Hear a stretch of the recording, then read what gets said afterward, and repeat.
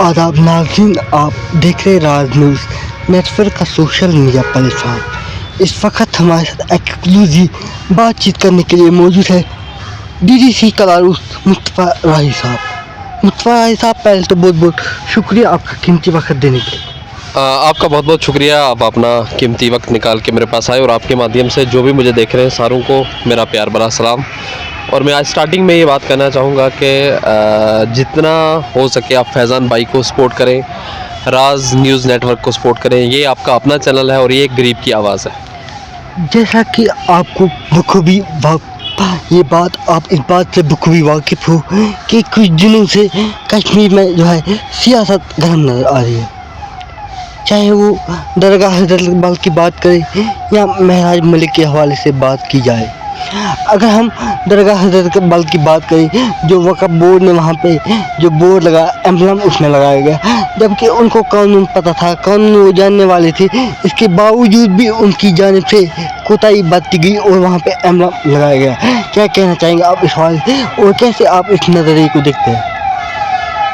देखिए, मैं आपने बड़ा अच्छा सवाल किया है दरगाह हज़रत बल को लेके। जिस तरीके से वहाँ पे जो उन्होंने कानून की जो है खिलाफ वर्जियाँ की हैं, तो वो बिल्कुल नहीं होनी चाहिए। आप मतलब अगर उनको ये चीज़ पता थी कि कानून क्या है, कानून क्या कहता है, ये सारी चीज़ें उन्हें पता थी और उन्होंने ज़ाहिर सी बात है उन्होंने गलत किया और ऐसा बिल्कुल नहीं होना चाहिए। ये तो ज़ाहिर सी बात है कि आप एक लड़ाई खड़ा करना चाहते हैं, आप लोगों के बीच एक मतलब इस तरीके की चीज़ें ला के जो है एक ऐसा सिस्टम खड़ा करना चाहते हैं जिसमें किसी आदमी को तकलीफ़ हो, लोगों को परेशानी हो, प्रॉब्लम हो। ये ऐसी चीज़ें जो होती हैं जो तो इन चीज़ों में बड़ा सोच समझ के जो है करना चाहिए काम। और वहाँ पे मुझे एक चीज़ आप बताएं कि ज़ाहिर सी बात है सारी चीज़ें हो गई थी, लोगों को पता था कि दरगाह में इतना सारा जो काम है तो वो ज़ाहिर सी बात है वक्फ बोर्ड ने किया है, किसी की सुपरविजन में किया होगा, तो क्या ज़रूरी थी वहाँ पे इनाग्रेशन बोर्ड लगवाना, ये सारी चीज़ें लगानी।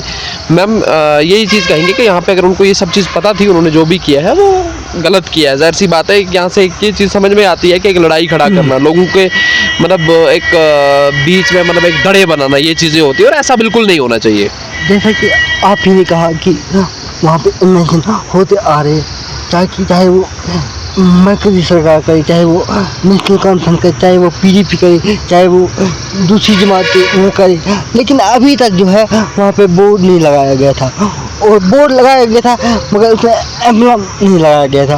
और अगर वो अगर उसमें एम्बलम लगाया भी गया, जब लोगों ने उसको देखा, लोगों ने उसके खिलाफ जो है प्रोटेस्ट किया और उन्हीं लोगों को बंद रखा गया, उन्हीं लोगों के ऊपर मतलब कानून की दफ़ाएं लगाई गई। क्या कहना चाहेंगे आप इस बारे? देखिए, मैं आपको एक ही चीज़ कहूँगा, जिस तरीके से आपने कहा कि वहाँ पे जो है एम्बलम जो है लगाया गया या कहाँ पे बहुत सारी जगहों पे नहीं लगाया गया, ज़ाहिर सी बात है कि एम्बलम की जो रिस्पेक्ट है, जो कदर है, ज़ाहिर सी बात है कि वो हमारे दिलों में ऐसी कोई बात है नहीं। और मुझे लगता है कि ऐसे लोगों को समझना चाहिए और इस चीज़ को पढ़ना चाहिए, क्या कहाँ पे इस चीज़ को हम लगा सकते हैं, कहाँ पे हमारे लिए लगाना ठीक है और कहाँ पे गलत है। मेरा तो ये मानना है कि जहाँ उन लोगों ने वहाँ पे वक्फ बोर्ड के जितने भी एडमिनिस्ट्रेशन है या बाकी के जो भी लोग हैं, चाहे वो वक्फ बोर्ड की जो चेयरपर्सन है उसकी सुपरविजन में लगा होगा, तो मैं ये कहता हूँ कि उन्होंने वहाँ पे जो है एम्बलम को लगा के और उसकी तौहीन करवाई जो उसके ऊपर हुआ। मैं उस चीज़ को भी यहाँ पे आपके सामने ज़रूर रखूँगा कि जो वहाँ पे मसला हुआ वो हरगिज़ नहीं होना चाहिए था। अगर वो किसी ने करवाया तो उन लोगों ने करवाया है। आज तक दरगाहें बनती रही, काम होता रहा, रेनोवेशन होती रही, सारी चीज़ें होती रही, लेकिन ये चीज़ें नहीं लगी। तो मुझे लगता है मैं आपके माध्यम से उनसे ये चीज़ कहूँगा कि आप थोड़ा सा कानून को पढ़ें और उसके बाद जो है ऐसे फैसले लें, इस तरीके से लोगों के बीच में जो है ये चीज़ें खड़ा ना करें जिसके में लोगों को जो है प्रॉब्लम। अब वहाँ पे बहुत सारे लोगों को FIR हुए हैं, ज़ाहिर सी बात है। और कि आप देखें कि पहले तो उन लोगों को पता नहीं था हम क्या करने जा रहे हैं, और एक कहते हैं चोरी, एक सीना जोरी, एक तो खुद गलत कर रहे हैं, ठीक है, खुद किसी चीज़ की तौहीन कर रहे हैं और उल्टा दूसरे लोगों को जाके जो है FIR दे रहे हैं। मैं सख्त अल्फाजों में इस चीज़ की मज़म्मत करता हूँ और यही चीज़ कहूँगा कि ऐसे हालात बिल्कुल नहीं होने चाहिए और इस तरह की हरकतें नहीं होनी चाहिए जो ये लोग कर रहे हैं। उस वाक़े के बाद जो है वक्फ बोर्ड की चेयरपर्सन एक प्रेस कॉन्फ्रेंस देते हैं, उसमें वो सीधा निशाना आपकी पार्टी पे जो है साध रही है, कह रही है कि नेशनल कॉन्फ्रेंस ने ये सब करवाया और ये लोग जो है ये नेशनल कॉन्फ्रेंस की मिली भगत थी, उन्होंने उन लोगों को वहाँ पे बुलाया और एम्बलम के साथ जाति करवाई। कहाँ तक ये बात सच है और क्या कहना चाहेंगे आप इस वाले? यार आप देखें उस दिन जो है ऑलरेडी आप जान रहे थे कि वहाँ पे उर्स रखा हुआ था, लोग आए थे, रात को शबखानी होनी थी, बड़े लोग आए थे और उन्होंने जब लोगों ने वहाँ पे देखा तो वहाँ पे एक जो है मामला बना। तो वो नेशनल कॉन्फ्रेंस ने वो लोग कहाँ से बुलवाए और जाहिर सी बात है कैसे आए। अब जाहिर सी बात है लोग इतने सारे वहाँ पे आए हुए थे और लोगों ने खुद देखा और उस पर जो है मामला खड़ा किया। रही बात नेशनल कॉन्फ्रेंस की, भी इससे पहले भी सरकारें आती रही हैं या सेंट्रल गवर्नमेंट भी रही है। मुझे आप एक जगह बताएंगे जहाँ पे इस तरह है, किसी जगह कोई भी दरगाह है या कोई भी ऐसी जगह है जहाँ पे एम्बलम लगाया गया हो, फिर या फिर उसको इस लेवल से जो चीज़ें इन्होंने की वो खो, आप बताएं। मतलब वो नहीं कर सकते थे क्या? मतलब चाहे उस सीएम हो या फिर उसके बाद जो सेंटर के लोग हैं वो लोग क्यों नहीं कर सकते? जाहिर सी बात है कि इन लोगों ने खुद ही करना चाहिए था। इन्होंने सारा देखो काम उन्होंने जो किया सो किया, ठीक किया, अच्छा किया, हम भी इस चीज़ को मानते हैं।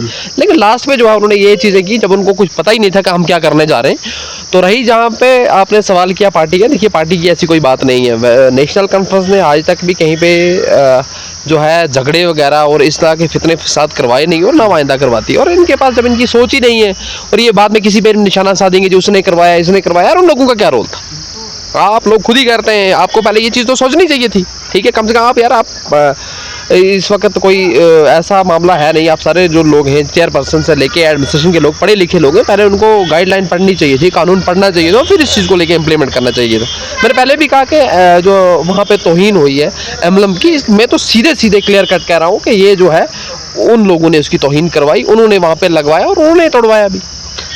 अच्छा, दूसरी उसके फ़ौरन बाद जो है दूसरे दिन महराज मलिक साहब का वाक़ा हुआ, जो कि डोडा के एमएलए है इस वक्त, उन पे पीएसए लगाया गया। कैसे आप उस वाक़े को देख रहे हैं? आज अगर उन पे लगाया गया, कल आप में से, आपकी पार्टी में से किसी एमएलए पे लगाया जाएगा, क्या कहना चाहेंगे इस हवाले? देखिए आपने जो महराज मलिक की बात की, महराज मलिक एक एमएलए हैं और महराज मलिक के पास जो मंडेट है वो लोगों का मंडेट है। ठीक है, तो मैं सख्त अल्फाजों में इस चीज़ की मजम्मत करता हूँ कि महराज मलिक के साथ जो हुआ वो गलत हुआ। महराज मलिक पे जो है एक बगैर किसी कानून को नज़र में रखे हुए एक मन मर्जी से जो है पीएसए लगाया गया। मैं उस चीज़ की सख्त अल्फाजों में जो है मजम्मत करना चाहता हूँ और मैं ये चीज़ कहूँगा कि वहाँ पे जो है डिप्टी कमिश्नर के साथ एमएलए का जो है अनबन हुई। मैं पहले आपके माध्यम से यो डीसी डोडा से सवाल पूछूंगा कि क्या महराज मलिक अपने घर की लड़ाई लड़ रहे थे? क्या महराज मलिक अपने किसी भाई की लड़ाई लड़ रहे थे? अगर महराज मलिक एक पब्लिक की बात कर रहे थे और आपने भी सुना, हमने सुना, सारे लोगों ने सुना कि वीडियो के बीच जिस तरीके से चीज़ें आई कि महराज मलिक ने एक जो है वहाँ पे एक सब सेंटर जो हेल्थ सेंटर था उस पर बात की। तो आप पब्लिक रिप्रेजेंटेटिव का काम होता है कि पब्लिक की बात करना, पब्लिक की आवाज़ बनना, और ये नई बात है नहीं। एक पब्लिक रिप्रेजेंटेटिव डीसी से नहीं अड़ेगा तो वो किससे अड़ेगा? नहीं, लोगों से तो अड़ेगा नहीं ना, जाहिर सी बात है कि। और जो पब्लिक रिप्रेजेंटेटिव होता है ये गवर्नमेंट के बीच, एडमिनिस्ट्रेशन के बीच और पब्लिक के बीच एक ब्रिज का काम करता है और उसकी बात जो है उसको पब्लिक का सपोर्ट है। आप एक फ़र्द के लिए इस तरीके ऐसी हरकत नहीं कर सकते थे और जो भी हुआ है उसके साथ बिल्कुल गलत हुआ है। इस चीज़ की मैं सख्त अल्फाजों में जो है मजम्मत करता हूँ और आपके माध्यम से मैं ये चीज़ कहूँगा कि मैं अभी भी आप देख रहे हैं कि अभी आज तक भी डोडा का नेटवर्क बंद है, अभी वहाँ पे नेट नहीं चलता, सारी चीज़ें मतलब धर्म भरम हो गया। पीएसए है क्या? पीएसए जो है पब्लिक सेफ्टी एक्ट क्या है?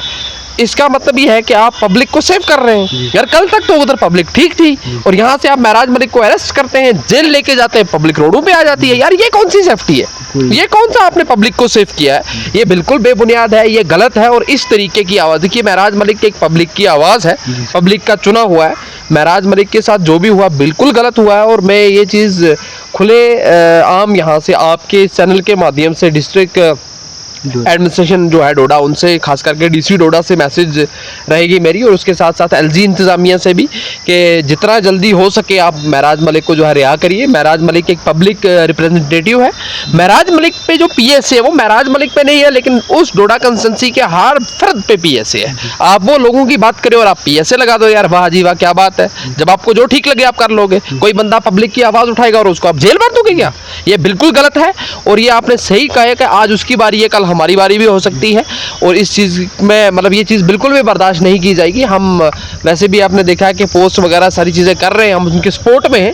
तो मेरी यही गुजारिश रहेगी कि जितना जल्दी हो जाए उसको रिहा कर देना चाहिए। और महराज मलिक जैसे बंदे पे PSA लगा के अंदर रखना, डराना, ये कोई अच्छी बात है नहीं। एक पब्लिक रिप्रेजेंटेटिव है और आप उसको इस तरीके से बंद नहीं रख सकते। उसके बाद बहुत सारी पॉलिटिकल पार्टियों का बयान आना शुरू हो गया। उसके बाद वहीद रहमान पारा साहब ने भी अपना स्टेटमेंट जारी किया और उसके बाद जो है दीगर लीडरों ने अपना स्टेटमेंट जारी किया। और मेरे बाबा मुफ्ती जो है, जो कि कश्मीर की वज़ीर आला रह चुकी है, उसने भी अपना स्टेटमेंट जारी किया। उसका कहना था कि इस वक्त जो है वो महराज मलिक एक इलेक्टेड MLA है, नेशनल कॉन्फ्रेंस को चाहिए वो एक असेंबली इजलास बुलाए ताकि वो महराज मलिक के हवाले से वहाँ पे कुछ इक़दाम उठाए। क्या आपको लगता है ये सही है, इजलास बुलाना सही है या गलत है? कैसे आप इस नज़रिए को देखते हो?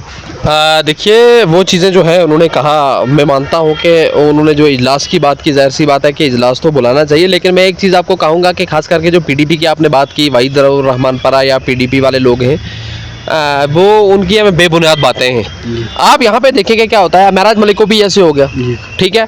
यहाँ पे जो है इन्होंने निशाना जो है बाकी की पार्टियों ने NC को बना लिया। अरे यार, आपने महराज मलिक की बात करनी है कि आपने अपनी पॉलिटिक्स को जो आगे बढ़ाना है, ठीक है। ये खाली एक दूसरे की टांग खींचने के पीछे पड़े हुए हैं, बाकी इस तरह नहीं होता। अब सर सी बात है, महराज मलिक को वहाँ जब PSA हुआ तो वहीद रहमान परा साहब जो है वो ट्वीट करते हैं यार के स्पीकर के ने इस तरह किया, उस तरह किया यार। वो उसने बाद में रिप्लाई दिया, वो भी आपने सुना होगा क्या है। यहाँ पे जो है मैं इनसे एक ही चीज़ कहूँगा, आप बगैर किसी की टांग खींचे हुए, अगर इससे महराज मलिक जो जेल के अंदर है, आप सारी पार्टियों ने मिलकर एक आवाज़ को बुलंद करना है, क्योंकि उसको बाहर लाने के लिए, क्योंकि आज उसकी बारी है, कल आप लोगों की भी बारी हो सकती है। और यहाँ पे कोई भी मसला होता है, यहाँ पे खाली जो है पब्लिक का काम करने के लिए कोई राजी नहीं, ठीक है। यहाँ पे सिर्फ और सिर्फ जो है अब NC ने गवर्नमेंट बना ली जनाब, बस उसके खिलाफ आवाज़ है जनाब। नेशनल कॉन्फ्रेंस की गवर्नमेंट है, आप जानते भी हैं कि UT के अंदर अभी हम जी रहे हैं भाई साहब, ठीक है। कितने सारे होम डिपार्टमेंट की अगर बात करें, बाकी की चीज़ पुलिस का कंट्रोल जो है, बाकी के जो सारी चीज़ें हैं, ये तो जाहिर सी बात है कि LG साहब के कंट्रोल में है, सेंटर के कंट्रोल में। तो इसमें मुझे बोले कि उमर अब्दुल्ला क्या करेंगे, इसमें ये हो सकता है कि एक पेज पे आके एक आवाज़ को जो है बुलंद करना है, जो ये पार्टियां करना नहीं चाहती। ये सिर्फ ये है जी भाई साहब, इन लोगों ने क्या किया, आप अंदाज़ा लगाएं कि इस वक्त महराज मलिक जेल के अंदर है, कल कोई दूसरा भी हो सकता है, और आप एक आवाज़ को बुलंद करें कि महराज मलिक को रिलीज़ किया जाए, ताकि एक प्रेशर बने और कल कोई और MLA अंदर ना जाए। इसका मतलब कल कोई और बात करेगा, वो भी जेल हो जाएगा। लेकिन ये चीज़ें जो है ये बहुत बुनियाद स्टेटमेंट है इन पार्टियों की, और अपनी दाल गरमाते हैं। महराज मलिक के लिए कोई आवाज़ उस तरीके से जो बुलंद नहीं हो रही जिस तरह इन लोगों को करनी चाहिए थी। यार लड़ाई क्या, महराज मलिक के लिए बात कर रहे, देखो महराज मलिक की एक पब्लिक की आवाज़ है, ठीक है। लोग, आम लोग उसके हक में स्टेटमेंट दे रहे हैं, आम लोग उसकी बात कर रहे हैं, और पार्टियां एक दूसरे की टांग खींचने में लगी हुई है। आप मतलब ये चीज़ मैं कहूँगा कि ठीक है, मैं इनसे गुजारिश करता हूँ कि सारे लोग जो है एक आवाज़ बन के एक इकट्ठे एक पेज पे आके ऐसा करें कि ताकि वो बाहर आ जाए। उसको लोगों ने चुना हुआ, लोगों का मैंडेट है, लोगों की आवाज़ है, वो भी 5-7 लोगों की खिदमत कर सके।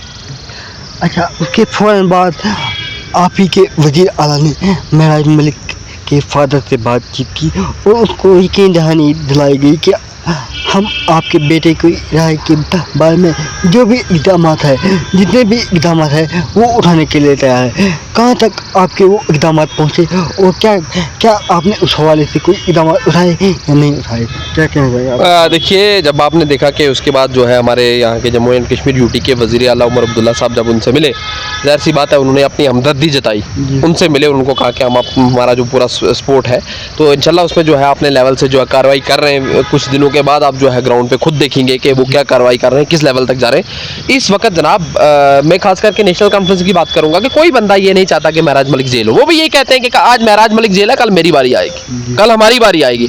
हर बंदा ये चीज़ चाहता है कि वो बाहर आ जाए। लेकिन खास करके जो कुछ पार्टियां हैं जो एक प्रोपेगेंडा बनाना चाहती हैं ना, उनको और कोई काम है नहीं है, ठीक है जी। उनको लगता है जनाब जैसे कि उन्होंने कभी गवर्नमेंट के अंदर रहे ही नहीं, उनको ऐसा लगता है कि नेशनल कॉन्फ्रेंस ने गवर्नमेंट बना के बहुत बड़ा जुर्म कर लिया, ठीक है। ऐसा नहीं है, अभी हालात ठीक नहीं है हमारे जम्मू कश्मीर UT के, क्योंकि अभी वो पावर्स जो होने चाहिए थे वो नहीं है। अब वो बात करें, अब ये रात को कहते हैं इस तरह हुआ, सुबह कहते हैं उस तरह हुआ, कल वैसे हुआ, आज ये हुआ। यार इस तरह कोई बाहर नहीं आता, टांग खींचने से आप किसी बंदे को बाहर नहीं ला सकते। जब तक आप लोग इकट्ठे होकर एक आवाज़ नहीं दोगे तब तक मसले का हल है नहीं है।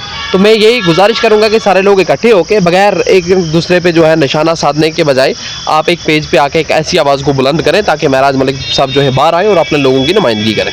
जैसा कि हमारी चैनल की कोशिश हमेशा रहती है कि आम लोगों को फ़ायदा हो सके, आम लोग हमारे लोगों से इस्तीफ़ादा हासिल कर सके, आम आवाम सफ़र न कर सके, सफ़र न करे, ये हमारी कोशिश रहती है हर हमेशा।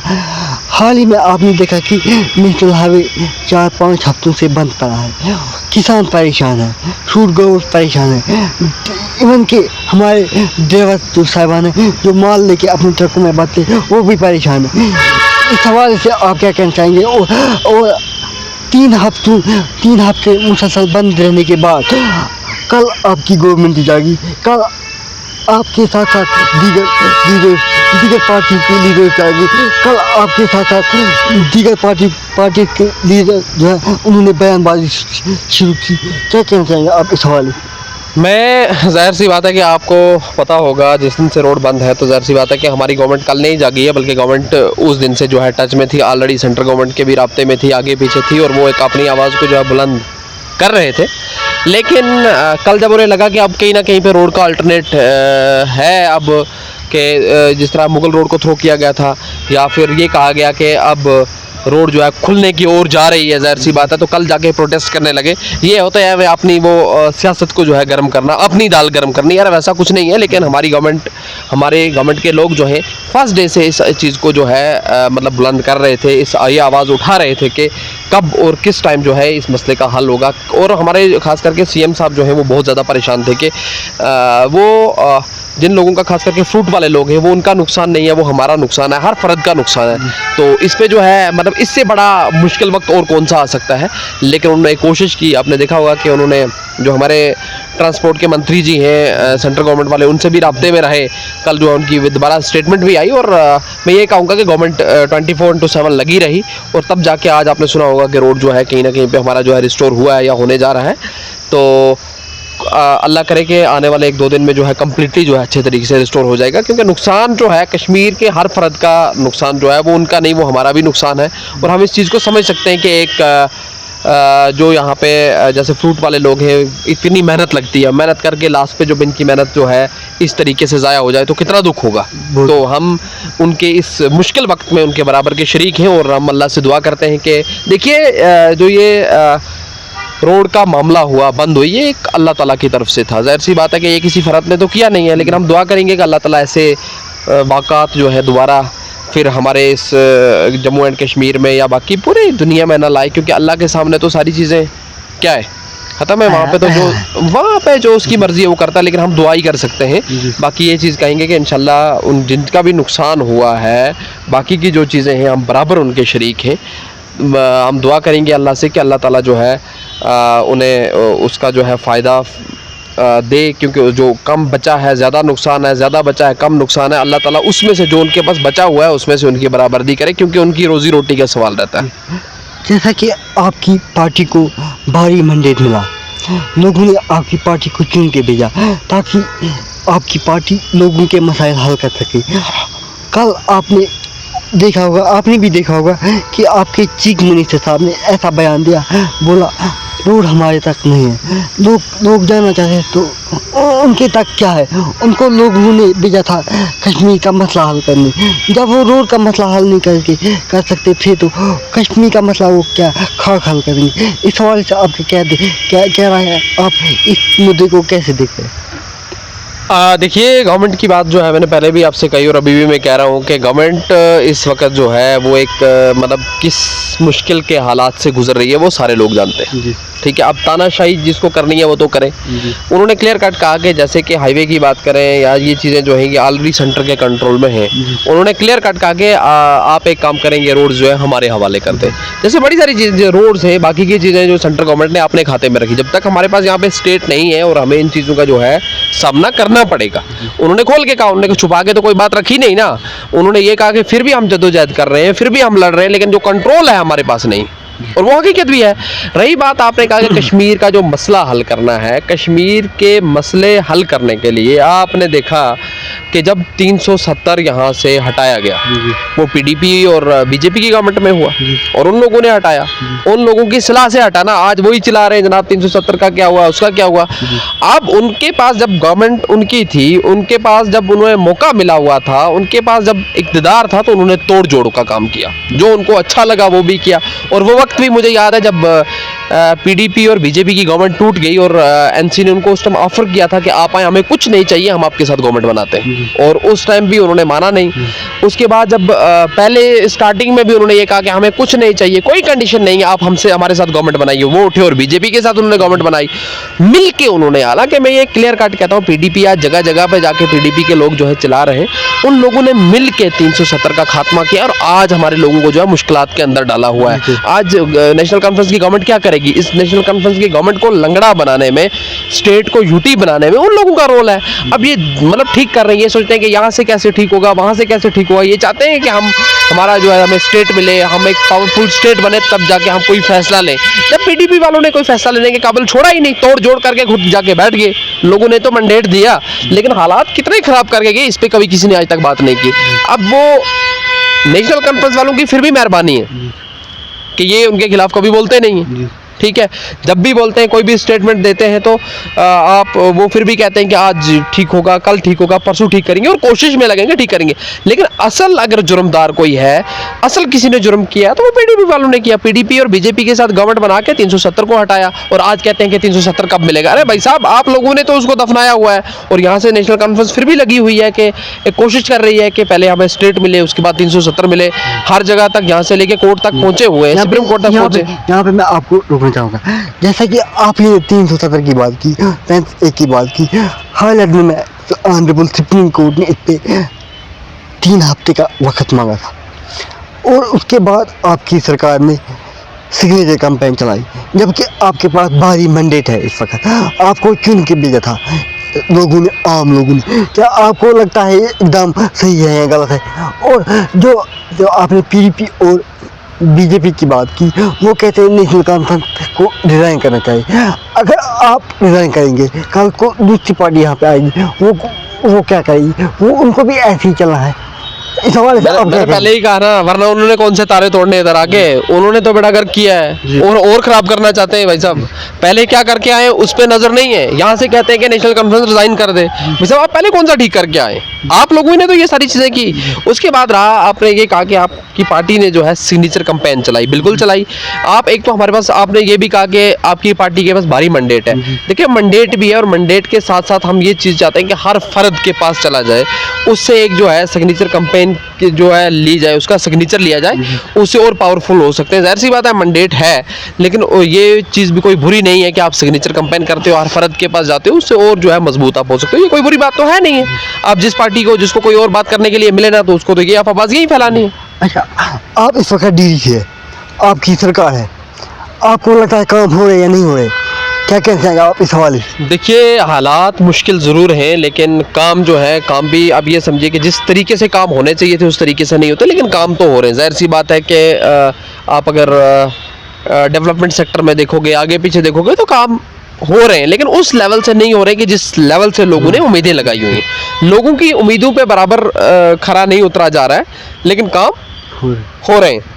लेकिन उम्मीद की जाती है कि इंशाल्लाह सिस्टम सब ठीक होगा और काम भी जो है अच्छे तरीके से होगा। अगर हम इस वक्त की बात करें, आम लोग सफ़र करें, अगर हम PMAY की बात करें, जो गरीब लोगों को मिलता है 2 कमरे बनाने के लिए, ताकि वो अच्छी तरीके से अपनी ज़िंदगी गुजर बसर कर सके, लेकिन अभी तक वो पैसे जो है वो वागुजार नहीं किए गए।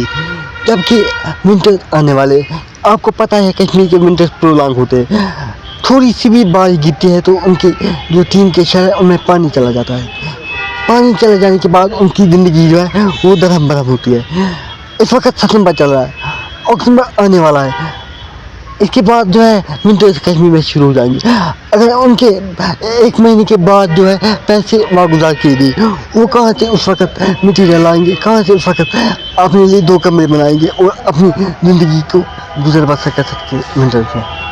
देखिए, आपका बड़ा अच्छा सवाल है, और मैं ये चीज़ कहूँगा कि जो आपने सवाल पूछा, मैं एक एज ए DDC मेंबर, हमारे जो है, मैं जो हमारे मंत्री हैं आरडीडी के जावेद अहमद डार साहब, मेरी उनसे भी मुलाकात हुई थी और उन्हें यकीन दहानी दिलाई है कि इंशाल्लाह हम जितना जल्दी हो सके उतना जल्दी कोशिश करेंगे और जितने भी लोगों के PMAY का खास करके जो पैसा रुका हुआ है तो इसको रिलीज़ किया जाएगा और ताकि ये बगैर विंटर आने से पहले लोगों तक पहुंच जाए और लोग अपना काम करवाएं। मुझे उम्मीद है कि इंशाल्लाह कुछ दिनों के बाद वो हो जाएगा। हम तक लोगों ने ये बात भी पहुंचाई थी कि सरकार कह रही है कि हम सैलाब दर्दों को भी इसमें जोड़ेंगे। 1 महीने के बाद जो है ये पैसे वागुजार होंगे। अगर ये पैसे 1 महीने के बाद वागुजार हुए तो वो जाहिर की बात है वो घर तो नहीं बना पाएंगे 1 महीने के बाद। देखिए, हम पूरी कोशिश इसमें करेंगे, जद्दोजहद करेंगे कि ताकि टाइमली लोगों को पैसा भी आ जाए और टाइमली लोग काम भी कर पाएँ। बहुत बहुत शुक्रिया सर। आपका भी बहुत बहुत शुक्रिया। और आखिर पे मैं फिर से ये चीज़ कहूँगा कि जो लोग भी मुझे देख रहे हैं, हमारे जो फैज़ान भाई हैं बेबाक आदमी हैं और अच्छी बात करते हैं, हक और सच की बात करते हैं, तो इनका जो चैनल है आप इसको फॉलो कीजिए, इनको जो है ज़्यादा से ज़्यादा प्रमोट कीजिए क्योंकि ऐसे लोगों की हमें फ्यूचर में ज़रूरत है। इनका जो है राज न्यूज़ नेटवर्क है, जितना ज़्यादा हो सके आप इनको फॉलो करें, प्रमोट करें क्योंकि ऐसे लोग बहुत कम सिस्टम के अंदर मिलते हैं और ये एक आवाज़ है, गरीब की आवाज़ है और हमारा आपका सबका मिल के इसको सपोर्ट करना ये हमारा फ़र्ज़ बनता है। आप सारों का बहुत बहुत शुक्रिया। बाकी वैसे ये थे हमारे साथ एक्सक्लूसिव बातचीत करने के लिए DDC मेंबर कलारुस मुस्तफ़ा राही साहब। दीजिए अपने मेज़बान फैज़ान नोलाबी को इजाज़त और मज़ीद खबरों के लिए देखते रहिए राज न्यूज़ नेटवर्क का सोशल मीडिया प्लेटफॉर्म।